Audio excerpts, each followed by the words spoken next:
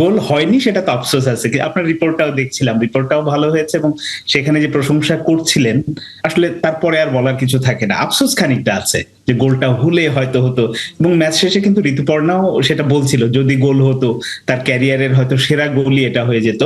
তো গোল হয়নি, নাই হতে পারে।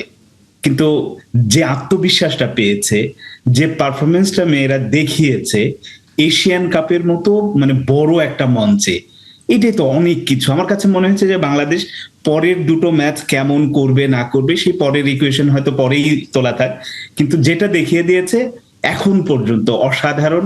আসলে মানে সন্তুষ্ট হওয়ার মতো অনেক জায়গা আছে এই ম্যাচে। আপনার রিপোর্টে যেটা বলছিলেন যে ঋতুপর্ণার ওই রকম যেটা চেষ্টাটা ছিল, গোল হয়নি।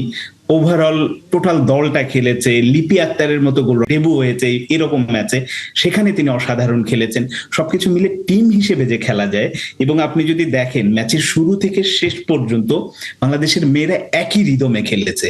আমি খানিকটা ভয় ছিলাম প্রথম 15-20 মিনিট দেখার পরে, মনে হচ্ছিল যে এই মেয়েগুলো বোধহয় একটা পর্যায়ে গিয়ে হাল ছেড়ে দেবে, পারবে না, যে রিদমে খেলছে, কিন্তু একেবারে শেষ পর্যন্ত একইভাবে খেললো। এটা একটা অস্বাভাবিক, অসাধারণ, ভালো লাগার মতো বিষয়।